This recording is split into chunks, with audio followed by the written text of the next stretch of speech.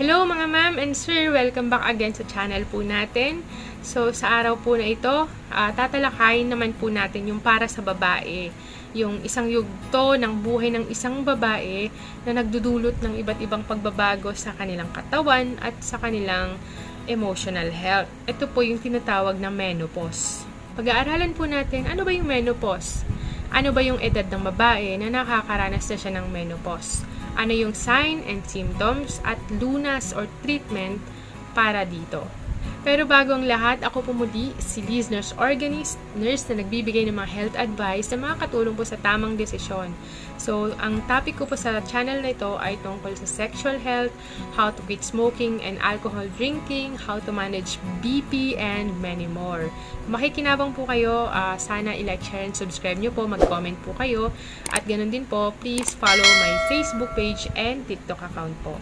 Now, ano po ba ang menopause? Ang menopause po, ito po yung permanenteng pagtigil ng menstruation at kapasidad na magkaanak ng mga babae. Ito po ay madalas na nangyayari between age 45 and 55 years old. Pag nag-menopause na po ang babae, bumabagsak na po yung estrogen level niya at yung progesterone level niya sa kanyang dugo. At yung kakayahan ng ovaryo ng babae na mag-produce ng itlog at mag-produce po ng estrogen ay nawawala na po. Pag mababa yung hormone na estrogen at progesterone, nagkakaroon po ng pagbabago sa kanyang physical na pangatawan, okay, kung ano-ano yung mga simptomas na kanyang nararamdaman, pagbabago sa emotions, okay. Okay, alamin po natin ano-ano po ba yung mga sign and symptoms na pwedeng maramdaman ang babae na dapat alam din po nating lahat. Pero tandaan po natin, yung mga symptoms na sasabihin ko ay iba-iba ang level nito kada babae. Pwedeng yung ibang babae, malala yung epekto sa kanila, yung iba naman, parang wala lang. So now, ano na po yung sign and symptoms ng menopause? Okay, number 1, irregular period. Kaya yung menstrual cycle niya, pwedeng mas maiksi na lang or mas mahaba. Ibig sabihin, may mga, kunwari, 2 months siyang walang regla. Sa mga susunod naman 5 months, 8 months siyang walang regla. So, may pagkakataon na maraming dugo ang lumalabas, may pagkakataon naman na gapatak lang. Okay? Malapit na po kayo mag-menopause pagka ganyan na po ang inyong nararanasan. Number 2, hot flashes and night sweats. Pakiramdam nyo mainit yung balat po ninyo. Okay? Namumula. Tapos, ang pawisin po kayo, lalong-lalo na sa gabi. Okay po? Number 3, vaginal dryness. Okay po? At masakit tuwing makikipagtalik. Bakit kaya nangyayari yon? Dahil po, mababa na po yung estrogen level ng babae sa kanyang dugo. Kaya yung mga tissues dun sa kanyang ari, dun sa kanyang vagina ay numinipis at natutuyot. Kaya syempre, ang tendency pagka nagkaroon po ng sexual contact, masakit po at hindi nagkakaroon po ng lubrication. Meron po pala akong video tungkol sa vaginal dryness. Ililink ko na lang po sa description para matuto po kayo, panoorin nyo po after ng video ito. Number 4 na symptoms ng menopause, sleep disturbances. Okay? Hindi maayos yung tulog niya. Pwedeng kaputol-putol yung tulog niya. Nagkakaroon siya ng insomnia. Ang tendency, pag kulang sa tulog, okay, sobrang pagod na nararamdaman. At irritable. Siyempre, pagising sa umaga, irritable ka kasi kulang ka sa tulog. Number 5, mood swings. At irritability. Paiba-iba yung mood.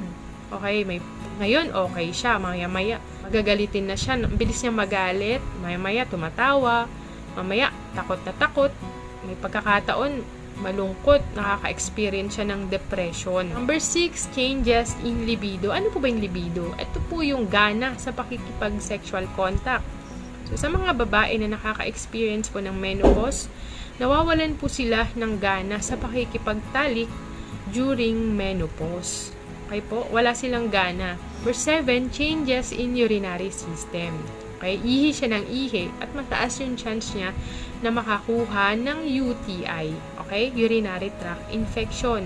Dito sa description ng video ito, may mga link ng product na pwede nyo pong bilhin At kapag binili nyo po ito, nagkakaroon po ako ng small commission. Pero yung mga product na ito ay hindi sponsored ng video ito. So, ano lang po, affiliate link lang po na pwede nyo pong i-check.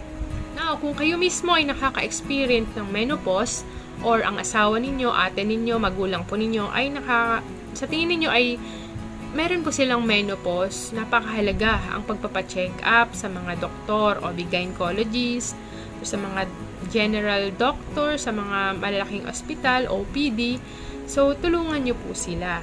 Marami pong lunas na unang-una po sa lahat, HRT, hormone replacement therapy. Okay, pwedeng estrogen or estrogen at progesterone therapy. Nakakatulong po para mabawasan yung simptomas katulad po ng mainit sa pakiramdam at pagpapawis, vaginal dryness, at mood swings. Pero tandaan po natin na may mga HRT po na ito, hormone replacement therapy po na ito, ay meron din pong kaakibat na panganib. So, napakalaga ang pagpapacheck up, pagpapakonsulta muna sa doktor bago po ninyo i-take ito. Number 2, non-hormonal medications, katulad ng mga antidepressant, blood pressure medication. May mga ilang BP medication na pwedeng makatulong po sa inyo para matanggal din po yung tinatawag na hot flashes at mood swings. Pero syempre, pagkausapang mga gamot, magpakonsulta muna po kayo sa mga doktor kasi ire-reseta po nila yan sa inyo. Number 3, lifestyle changes. Pagbabago sa nakagawian ninyo sa buhay ninyo. Okay, ano po ito?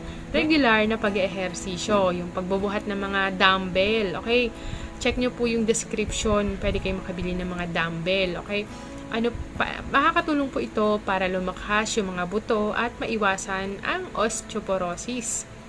Ano pa, kumain po kayo ng masustansyang gulay, prutas, isda, at mga whole grains. Yung mga pagkain na mayaman sa vitamin D, calcium. Okay, katulad ng soy products, flaxseed. Makakatulong po ito para magkaroon po kayo ng malusog na pangatawan. Ano pa? Yung sobrang stress po kayo, dapat marunong po kayong i-manage po yan. Katulad po ng yoga, meditation, deep breathing exercises, pagtulog. Malaking tulong po yan para mabawasan din po ang stress. Ano pa po yung lunas ng menopause? Number 4, vaginal lubricants. Okay? Pwede kayong bumili po ng mga water-based vaginal lubricants. Pwede nyo magamit ito tuwing kayo ay nakikipagtalik para hindi masakit at hindi kayo natutuyot. Okay po? Lalong-lalo na kapag nagkakaroon ng sexual contact. Lastly, psychological support. So, kung di nyo na po talaga kaya yung epekto, mga simptomas ng menopause, katulad po ng problema sa emotional health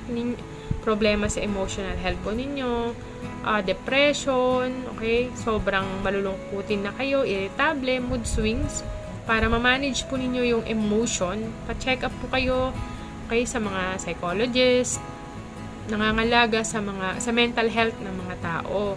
Sa mga malalaking ospital, meron po niyan.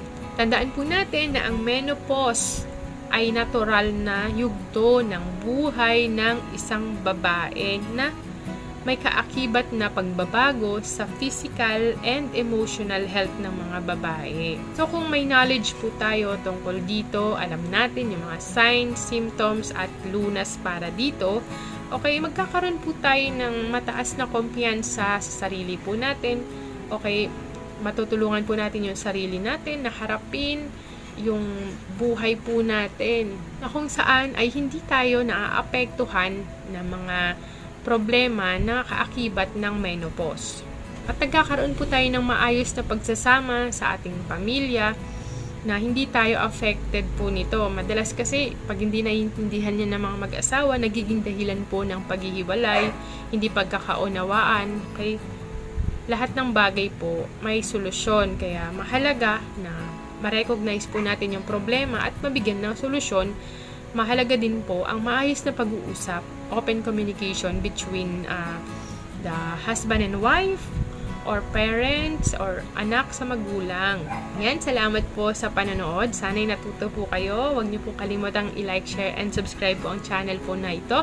Tandaan po ninyo na prevention is better than cure. Ingat po kayong lagi. Always pray, always smile. I love you all. Bye-bye.